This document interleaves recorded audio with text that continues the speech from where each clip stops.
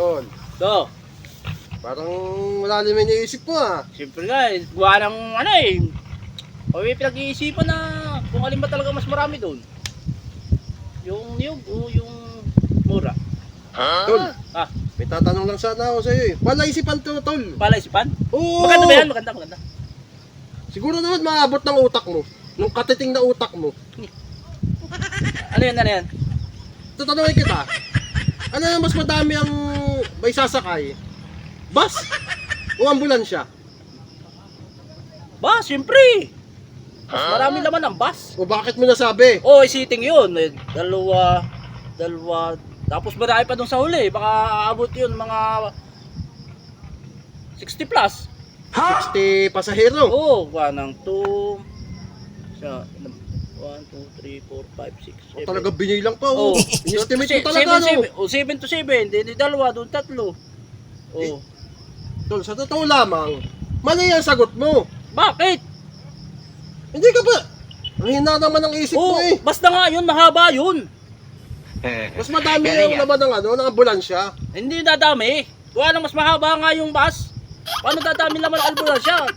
Tatlo lang yun. Hindi Driver. ba, hindi porke malaki yung bus, mas madami na may lalaman. Ay, mas mahaba nga yung bus.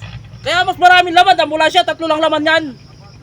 Nagkakamali ka nga, tol. Yan ang sinasabi ko sa iyo eh. Mag-aaral ka kasi ng mabuti. Ay, nag-aaral naman ako ng mabuti yan. Nakagraduate nga ako. Mas madami ang laman ng ambulansya kaysa sa bus. Mas marami ang sa bus. Ang kuha mas mahaba nga. Patunayan mo. Oo, ay 2, 4, 6, 7, 14, 28. May nakatindig pa. Yung mga abot na 60 yun. Driver, 61. Mali ka talaga, tol. Bakit? Ka. Bakit? Sobrang mali ka. Bakit nga? Ilan ka mo ang laman ng ano, ng bus? Yung maximum, pag nakaupo. 60. May nakatindig pa yun. 60. Oo. O sabihin na natin, umaabot ng 80. Eh. Madami pa rin ang may lalaman dito sa ano, sa ambulansya. Oh. Okay, paliwanag mo paano mo nasabi dadami ang ambulansya eh, ano, tatatlo naman yan. Di ba nakakita ka ng ambulansya? Oo. Pag nagwawangwang, May pasahero. Oo. Dadalhin pa ospital. oh, mabilis ano? Oo. Doon ka nga bibilib eh. Ang tuloy-tuloy, ang daming laman. Madami naman yun. Oo. Paano dadami yun? Eh, pag nagwawangwang na ganun, 50-50 na.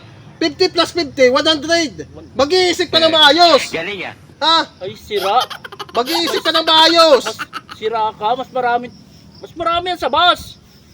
Hindi mo naiisip. Tama mo, pag may sakay yung ambulansya, na pasahero, 50-50. 50 plus 50, 100. Oh, sino, ano mas madami? Sakay ng bus o yung bus o yung ambulansya? Ambulansya. Oh, yan ang lagi mo itatatak sa kukote mo. Kaya ka nakpupula na ganyan eh. Isipin mo mabuti. Ina nito eh. Ambulansya? Bus? Ambulansya? Bus? Mali pa rin! Tatlo lang yun, 50-50 lang, mamatay na nga. Tapos magdadami pa. Tira ulo ata yun ah. Dadami, tatlo sakay. Ako na nga.